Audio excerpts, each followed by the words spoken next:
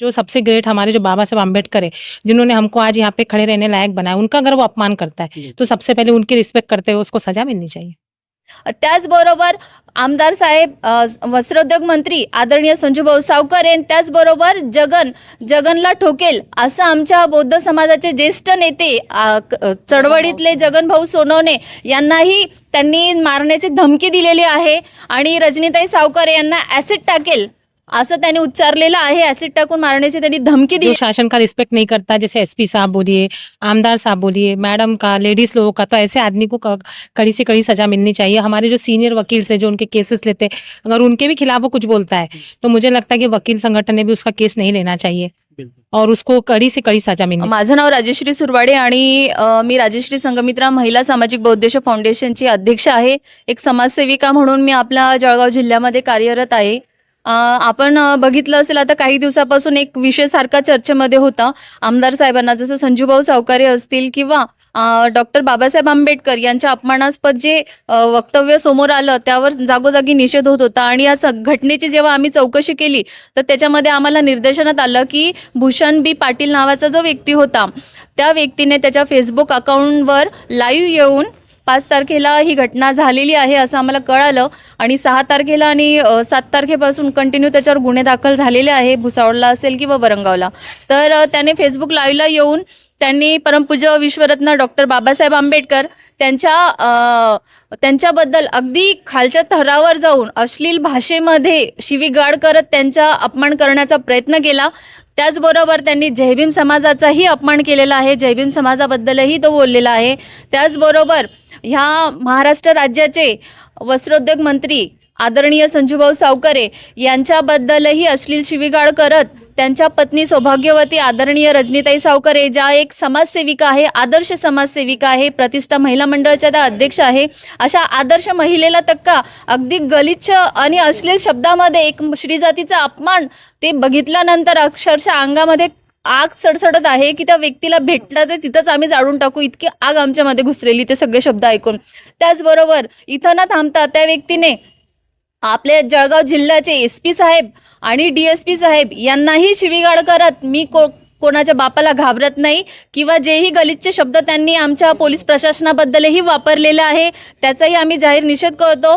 त्याचबरोबर त्यांनी लेवा पाटील समाज असेल, थोरगावकर समाज असेल, सावदेकर समाज असेल, ह्या समाजाबद्दल अपमानजनक वाक्य उच्चारत त्या समाजातल्या महिलांबद्दल अश्लील शब्द शिवीगाळ करत त्यांनी वक्तव्य केलेलं आहे। त्याचबरोबर आमदार साहेब, वस्त्रोद्योग मंत्री आदरणीय संजूभाऊ सावकर यांनी त्याचबरोबर जगनला ठोकेल असं आमच्या बौद्ध समाजाचे ज्येष्ठ नेते चळवळीतले जगनभाऊ सोनवणे यांनाही त्यांनी मारण्याची धमकी दिलेली आहे आणि रजनीताई सावकर यांना ॲसिड टाकेल असं त्यांनी उच्चारलेलं आहे। ॲसिड टाकून मारण्याची त्यांनी धमकी दिलेली आहे। तर ह्या सर्व घटनेचा निषेध म्हणून आज रोजी आम्ही एसडीपी आपलं प्रांताधिकारी साहेबांना विविध मागण्या आम्ही याच्यामध्ये केलेल्या आहे। मागण्यांमध्ये आमची पहिली मागणी आहे की सदर केसची सखोल चौकशी झाली पाहिजे। याच्यामध्ये कोणी मास्टर माइंड आहे का, अक्षय विकृती समाजामध्ये कशी काय पसरत आहे, वेळोवेळी आपल्या महाराष्ट्रात असेल, भारत देशात असेल किंवा भुसावळ शहरामध्ये महापुरुषांच्या विटंबना सातत्याने घडत आहे, कुठेतरी आपला सामाजिक सलोखा बिघडण्याच्या तयारीमध्ये दिसत आहे आणि याचा भविष्यामध्ये वाईट परिणाम होऊ शकतो। त्यामुळे याच्यावर कठोर शासन झालं पाहिजे। त्याचबरोबर सदर केसेसमध्ये त्या व्यक्तीला फाशीची शिक्षा व्हावी। सदर केस ही फास्ट ट्रॅक कोर्टात चालून 6 महिन्याच्या आत निकाल लागून त्याच्यावर फाशीची शिक्षा व्हावी असं कठोर कारवाईसाठी आम्ही इथे मागणी केलेली आहे। त्याचबरोबर संजूभाऊ सावकारे आणि त्यांच्या पत्नी आदरणीय रजनीताई सावकारे असतील किंवा आमचे जगनभाऊ सोनवणे असेल यांना पोलिसांनी प्रोटेक्शन द्यावं अशी ही मागणी आम्ही ह्या केसेसमध्ये केलेली आहे।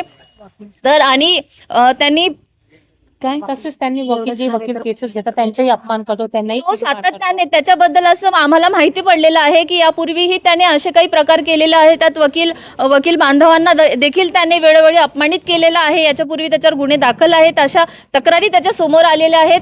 तर वास्तविक पाहता तो नेहमी असं करत असतो। तर असं हे कुठेतरी थांबलं पाहिजे आणि हे करण्यामागे कोणीतरी मास्टर माइंड आहे का की जो समाजामध्ये अशी विकृती निर्माण करतोय। तर याचा सखोल तपास व्हावा, कायदेशीर त्याच्यावर गुन्हे दाखल आता झालेले आहे। फक्त मागणी आमची एकच आहे की त्याची जामीन होता कामा नाही, त्याच्यावर कठोर शासन झालं पाहिजे ही शासनाला आम्ही विनंती करतो। आणि आज रोजी हा जो व्यक्ती आहे भूषणबी पाटील, त्याचा आमच्याकडे फोटो आहे. आम्ही अर्जासोबत त्याचा हा फोटो फेसबुक लाईव्ह जेव्हा त्यांनी केला होता त्या लाईव्हचा आम्ही त्याचा स्क्रीनशॉट काढलेले आहे आणि अर्जासोबत त्या व्यक्तीच्या आम्ही इथे अधिकाऱ्यांना फोटोसह अर्ज दिलेला आहे. तर आमची शासनाला एवढीच मागणी आहे की त्याची जामीन होता कामा नाही, त्याच्यावर कठोर शासन झालं पाहिजे. एवढं आमच्या महिला विविध संघटना असतील, भुसावळ शहरातल्या हॉकर्स असतील, शिवसेनेचे पदाधिकारी असतील, आमच्या महिला असतील, आमच्या वकील भगिनी असतील किंवा समाजातल्या विविध क्षेत्रात काम करणाऱ्या महिला असतील, आज आम्ही सगळं मिळून इथं आलेलो आहोत. ह्या सदर घटनेचा आम्ही निषेध करतो आणि भविष्यात असं कोणी करण्याच्या आधी विचार केला पाहिजे. एवढं शासन त्यांच्यावर कडक झालं पाहिजे. आज रोजीही आम्ही जाहीरपणे त्यांचा निषेध व्यक्त अर्जाद्वारे केलेला आहे. एवढी मागणी आमची शासनाकडे आहे. वकील साहब आप क्या बोलना चाहिए? जो शासन का रिस्पेक्ट नहीं करता, जैसे एसपी साहब बोलिए, आमदार साहब बोलिए, मैडम का, लेडीज लोगों का, तो ऐसे आदमी को कड़ी से कड़ी सजा मिलनी चाहिए. हमारे जो सीनियर वकील से जो उनके केसेस लेते हैं, अगर उनके भी खिलाफ वो कुछ बोलता है तो मुझे लगता है कि वकील संगठन ने भी उसका केस नहीं लेना चाहिए और उसको कड़ी से कड़ी सजा मिलनी चाहिए. और जो सबसे ग्रेट हमारे जो बाबा साहब अम्बेडकर है, जिन्होंने हमको आज यहाँ पे खड़े रहने लायक बनाया, उनका अगर वो अपमान करता है तो सबसे पहले उनकी रिस्पेक्ट करते हुए उसको सजा मिलनी चाहिए.